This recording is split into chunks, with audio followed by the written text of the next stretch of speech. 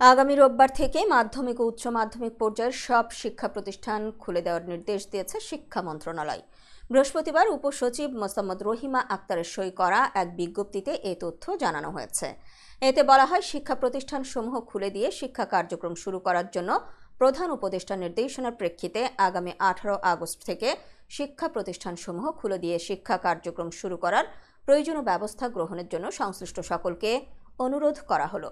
এর আগে প্রায় এক মাস বন্ধ থাকার পর বুধবার থেকে প্রাথমিক ও গণশিক্ষা মন্ত্রণালয়ের আওতাধীন সব শিক্ষা প্রতিষ্ঠানে শ্রেণী কার্যক্রম শুরুর কথা জানানো হয়। এ বিষয়ে এক বিজ্ঞপ্তিতে জানানো হয়, প্রাথমিক ও গণশিক্ষা মন্ত্রণালয়ের গত 3 আগস্টের স্মারকে জারিকৃত অফিস আদেশের কার্যকারিতা রহিত করা হলো। সেই সঙ্গে প্রাথমিক ও গণশিক্ষা মন্ত্রণালয়ের আওতাধীন সব সরকারি প্রাথমিক বিদ্যালয়, শিশু কল্যাণ ট্রাস্ট পরিচালিত শিশু কল্যাণ প্রাথমিক বিদ্যালয় এবং উপানুষ্ঠানিক শিক্ষা ব্যুরোর লার্নিং সেন্টারসমূহে পূর্ণোদ্যমে শ্রেণী কার্যক্রম চালু করার প্রয়োজনীয় ব্যবস্থা গ্রহণের জন্য নির্দেশক্রমে অনুরোধ করা হলো।